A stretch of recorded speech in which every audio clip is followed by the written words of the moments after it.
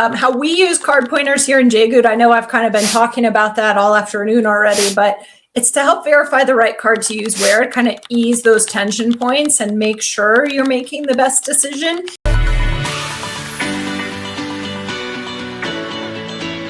Happy birthday to Cardpointers. Hey, Emmanuel. Hey, Anthony. Hey, Kara. Thank you so much for that. Today's all about card pointers. Let's dive in. Y'all ready? We're ready. Card pointers, as Anthony so amazingly shared, is a great tool that we talk about a lot here in JGood. You've probably heard it if you've attended any of the live streams that I've been a part of. I've probably mentioned card pointers. If you're in the Earning Multipliers group, you've heard of card pointers.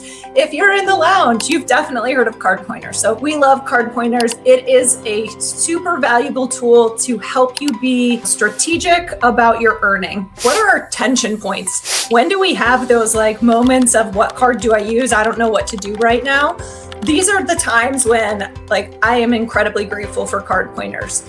Because if you've heard me talk about this before, I often say nobody wants to have a panic attack when they're buying bananas. You don't want to be standing in the grocery line going, oh my God, what card do I use? I don't know what to do. And feeling those feelings of inadequacy or failure just because you don't know the credit card to use. So, and the reality is when we don't know, it can actually devalue the cards that we have. So instead of guessing, we want to be using these tools that give us the best answer. So how we use card pointers here in JGood, I know I've kind of been talking about that all afternoon already, but it's to help verify the right card to use where, to kind of ease those tension points and make sure you're making the best decision. It's your memorization verification method, I guess, is the best way to put it. So it's just verifying what you might already know and just being that stopgap to make sure you're consistently making the right decision. Like Julie said, it will also activate your offers for you. It's going to track things that rotate if you have cards that have rotating categories, making sure that you meet thresholds or letting you know if a threshold has been met. Sometimes you only get points up to a certain dollar spend, and other times you have to reach a certain dollar spend. So it's going to track all of that for you and just execute it so that you can earn.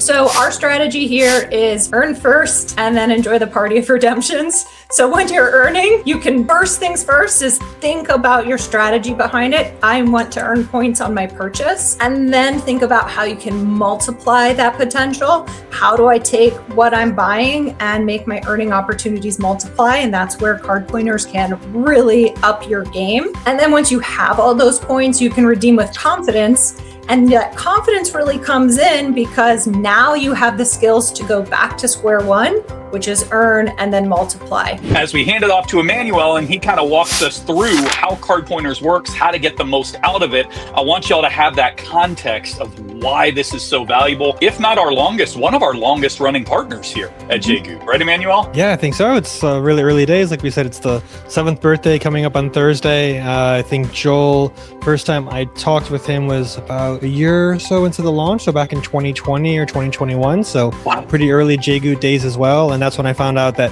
he was already a card pointers user. I had no idea. Everything made sense. Like it fit in so well with the JGood way of travel that it was just a kind of a no-brainer. So it's been a huge benefit to everybody. So the way I've kind of approached card pointers and why I built it, I look at it as outsmarting the banks. The banks, they do a lot of things intentionally to make credit card rewards not only complicated, but also cumbersome. And so card pointers kind of flips the script on that and helps put the advantage back in your court. They expect you to lose track of all of these credits and all the category bonuses.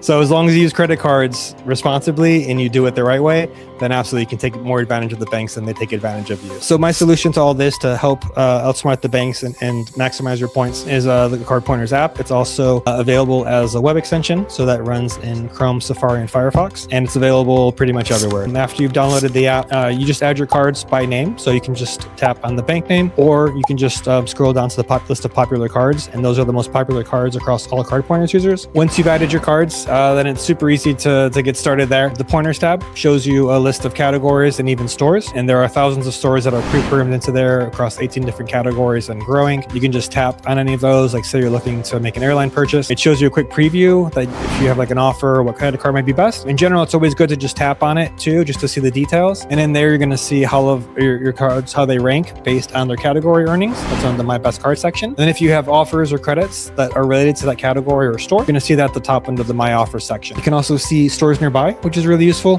Things like rotating categories, those just switched over in January. That's all automatically updated in the app as well, so you don't have to think about it. And again, you can track these offers right inside the app too, which is really nice. And once you've maxed out like a credit or a 5x bonus category, it's automatically going to figure out what the next best card is and show that for you.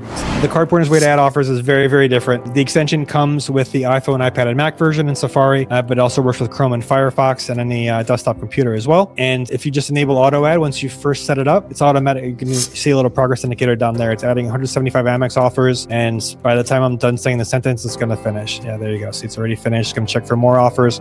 But that's how quick and easy it is to add nearly 200 offers across a few different Amex cards. And so part of what I built into the extension, which is the magic to adding all these offers to your credit cards, is I also have this system called shopping pointers. And the way it works is it just uses the domain part of the website. So here it'd be like philscoffee.com. It's doing a local lookup to check to see what cards and what offers to use there. And then if there's a special deal, it's going to go ahead and tell you right there in that little pink box, which you can configure in all sorts of ways. But if you tap on it to expand, it'll show you your top 3 cards for this purchase. And then it'll also show you if you have any offers available there. Easy way to earn. This was a tip, I think it was actually a Jay Gooder a few months ago. The way they use the offers tab, which is the list of all of your offers that are synced and your credits from all your different credit cards, those all live in the offers tab in the app. And the way this user used it is they would just search for points inside of there, and it filters all of your offers just for points multipliers. And so those will stack with your credit card rewards, like the commenter mentioned earlier. And so this is a great way. You can sort it then by value, and you can see like the best deals that are possible. Some more ways to just kind of filter your offers. It's just, it's a really easy way to get a lot of value out of your cards. You can filter just by category right away. And it's still going to sort all of your offers across all the different banks that you use, all right there. You can just search for like a specific merchant if you want, like wine, for instance, and it'll show you all your wine offers. And everything just, it's all in one place. That makes it super easy. So you can also now search for offers with the map view or just view a list nearby. So in the case where I mentioned, like, going to like a shopping mall, if you're doing like Black Friday shopping, if you have like a bunch of offers that are $20, $40 off some purchases, it's a great way to find some really good deals to do your holiday shopping.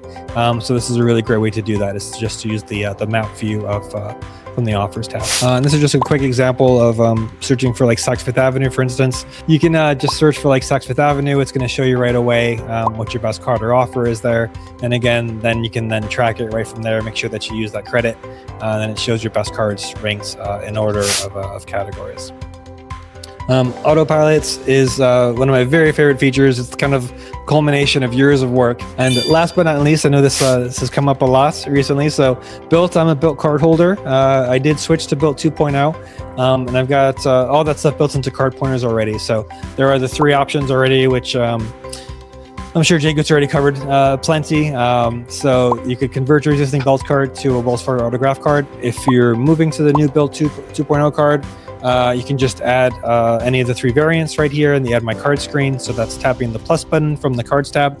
And you can choose the new Palladium, the Obsidian, or the Blue Built. So the Obsidian has a selectable 3x points category. You have to choose between dining and grocery. Emmanuel, walk us through how P1 and P2 would use this together. Do they both need to purchase their own account, or how does that work? Sure. So by default, I have family sharing enabled. Sometimes it doesn't link up automatically. So if anybody links a P2 and it doesn't link over the membership, just message me at support@cardpointers.com and I can help fix that. But basically the way it works is from anywhere inside the app, you can filter pretty much any view to view just P1's cards, just view your P2's cards, or you combine them all and see all of them. Very cool. Somebody asked, what I don't understand about Cardpointers, for a 1% purchase, it tells me the value is 2.1 cents. So that's probably, I'm guessing, like a Chase card or an Amex card. And so every point has a value. So Jay Good, Kira will expand on this, but all these points have different values. I put in a default value of different things for the different programs. So Amex and Chase, I think they're both at 2.1 cents. And so what that's saying things basically is if you get 1x point,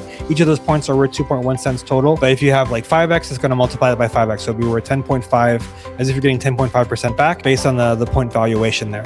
And so that's something that is very personal and subjective. So you can always configure it since the first version of Cardpointers. And JGoot users, they're going to crank up those values because they're getting much more value out of it than the average person. So, I'll let Kira speak to it more and see, what she's setting her values to. But that is something that is configurable. And so that's how that works, is to find a way to order your cards correctly based on how you value those points. Yeah. So Emmanuel's exactly right. It's a very subjective thing. Everybody kind of values their points differently. Even if you did like a Google search, what are Amex points valued at, you'd probably see a range of values. And it's definitely not a science. So a lot of what you have to take into heart is what's your capability at redeeming these points? What kind of value can you get out of them? Are you going to cash them out for Amazon gift cards? Well, then they're going to have a lot lower value than if you're using them for a first-class Emirates flight. So every single point that you earn, how you redeem it kind of dictates the value that goes into it. So here at JGoot, we like to encourage everyone not to redeem their points for less than 2 cents a piece. So you want to have a minimum value set at 2 cents because you shouldn't be redeeming them for less than that.